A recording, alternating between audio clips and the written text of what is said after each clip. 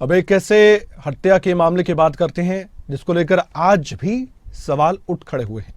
कांग्रेस की नेता हिमानी नरवाल जिनकी हत्या हुई थी, उनकी हत्या का आरोपी पुलिस की गिरफ्त में है, लेकिन उसके बावजूद भी क्यों हिमानी की मां को पुलिस की जांच पर ही भरोसा नहीं। पुलिस की तरफ से इस पूरे मामले में 592 पेज की चार्जशीट भी दाखिल कर दी गई, लेकिन आखिरकार इस मामले का सच क्या है? क्या है राज हिमानी की हत्या से जुड़े हुए? आइए जानते हैं एक रिपोर्ट के जरिए।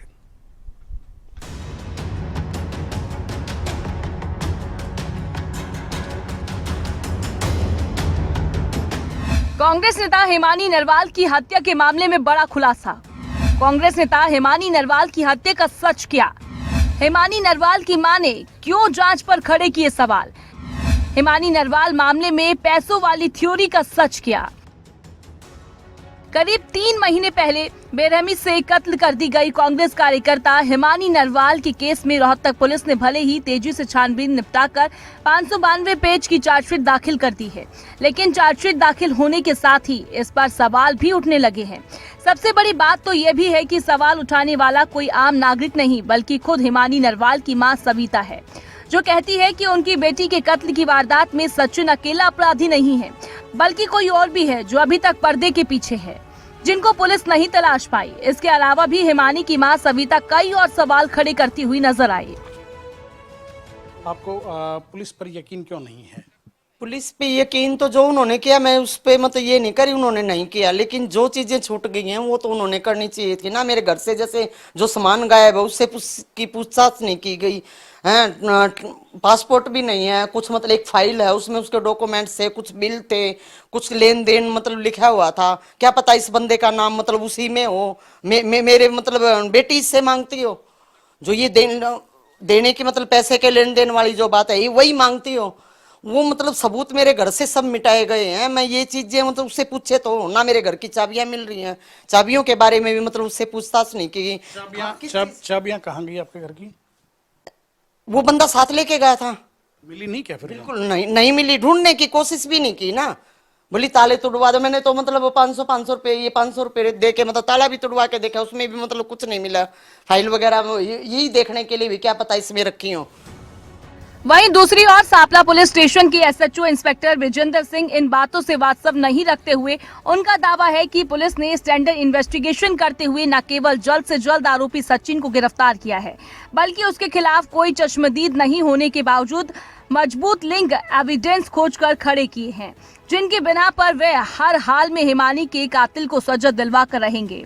विजेंद्र इसके लिए आरोपी सचिन की निशानदेही पर हुई रिकवरी और उन सीसीटीवी फुटेज का भी हवाला देते हैं, जिसमें सचिन कत्ल की वारदात के बाद हिमानी नरवाल की बॉडी को सूटकेस में बंद करके लेकर जाता हुआ दिख रहा है। इसके अलावा हिमानी के नाखून से मिले टिश्यू का डीएनए भी आरोपी के डीएनए से मैच करवाने के लिए लैब भेजा गया है। इंस्पेक्टर विजेंद्र का दावा है कि पुलिस इस मामले में खुद को मजबूत स्थिति में महसूस कर रही है। साथ ही एसएचओ विजेंद्र सिंह का दावा है कि हिमानी के कत्ल को अकेले सचिन ने ही अंजाम दिया था और इसमें कोई और दूसरा व्यक्ति शामिल नहीं रहा। पुलिस ने गहराई से पूरे केस की छानबीन की है। इंस्पेक्टर साहब, क्या चार्जशीट फाइल कर दिया आप लोग? हाँ, मुकदमे की चार्जशीट फाइल कर चुके हैं। तो कुल कितने पेज की चार्जशीट है, क्या कुछ है उसमें? इसमें ये 592 पेज की चार्जशीट है। इसके अलावा करीब 1000 पेज हमारे सॉफ्ट कॉपीज में अदालत को दिए हैं, जिसमें सीडीआर्स और आईपीडीआर्स हमारी जो एज ए सबूत है। तो इसमें क्योंकि आई विटनेस, जहाँ तक मैं समझ पाया हूँ, आई विटनेस इसमें कोई भी नहीं है, तो किस तरह के लिंक एविडेंस है जिनसे आपको उम्मीद है?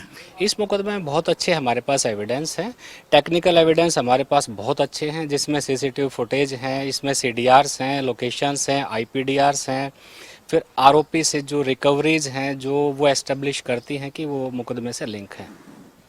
परिवार की तरफ से पहले भी सवाल उठाए गए थे, सीबीआई की जांच मांगी गई थी और उनका कहीं न कहीं कहना यही है कि क्या सिंगल पर्सन ये वारदात कर सकता है? देखिए, हमने इसमें बहुत गहनता से जांच की है, हमें इसमें कोई भी किसी दूसरे आदमी की इन्वॉल्वमेंट नहीं मिली और इसके लिए हमने टेक्निकली भी और हमने वैसे भी काफ़ी गहनता से जांच की है, लेकिन कोई भी दूसरा आदमी इसमें नहीं मिला हमें।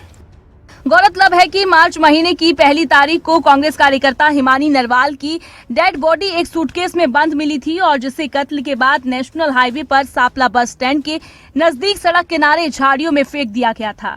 हिमानी नरवाल की कत्ल के इस मामले में सभी को हिलाकर रख दिया था, क्योंकि हिमानी न केवल कांग्रेस पार्टी के कार्यक्रमों में प्रमुखता से भाग लेती थी बल्कि कई बड़े नेताओं से भी उनके ताल्लुक थे। वे पार्टी में तेजी से आगे बढ़ रही थी और राहुल गांधी की भारत जोड़ो यात्रा में भी हिमानी नरवाल ने खूब सुर्खियां बटोरी थी। जब वे राहुल गांधी के साथ हरियाणवी वेशभूषा में कदम ताल करती हुई नजर आई थी। पूर्व मुख्यमंत्री भूपेंद्र सिंह हुड्डा और उनकी पत्नी आशा हुड्डा की वे काफी करीबी थी और अक्सर उनके साथ कार्यक्रमों में नजर आती थी। लोकसभा और विधानसभा चुनाव में भी हिमानी काफी सक्रिय दिखाई दी थी। चार्जशीट के अंदर चार्जशीट पेश कर दी है पुलिस ने 600 पेजेस की 591 पेजेस की चार्जशीट फाइल की है और चार्जशीट में complete CCTV footage and other evidences सारी चीज़ें चार्जशीट में हमारे पास आ गई हैं। उसमें जो मोबाइल है, मोबाइल भी हिमानी नरवाल का मोबाइल एक्यूज से रिकवर किया गया है। इसमें कई सवाल उठते हैं, खासतौर से हिमानी की माँ ने भी सवाल उठाए कि एक तो पहले तो पुलिस की जो थ्योरी है वो उसी से डिसएग्री करी है कि अकेला आदमी ये कत्ल कर सकता है। उसका कहना है कि उनका एक से ज़्यादा लोग इसमें इन्वॉल्व रहे होंगे। इन्वेस्टिगेशन के अकॉर्डिंग ये मर्डर सिंगल पर्सन ने कर रखा है, क्योंकि हॉर्ड बोन जो फ्रैक्चर्ड है और जो स्ट्रेंगुलेशन है वो स्ट्रेंगुलेशन हिमानी नरवाल को की पोजीशन को देखते हुए और एक्यूज्ड को देखते हुए इट इज़ पॉसिबल कि एक आदमी इस मर्डर को कर सकता है। और इसके अलावा कोई सबूत इस तरह के ना तो पुलिस के हाथ आए हैं और ना ही एक्यूज सचिन की डिस्क्लोजर के अंदर कोई ऐसी बात आई है और ना ही 120 भी इसके अंदर मेड आउट हुई है।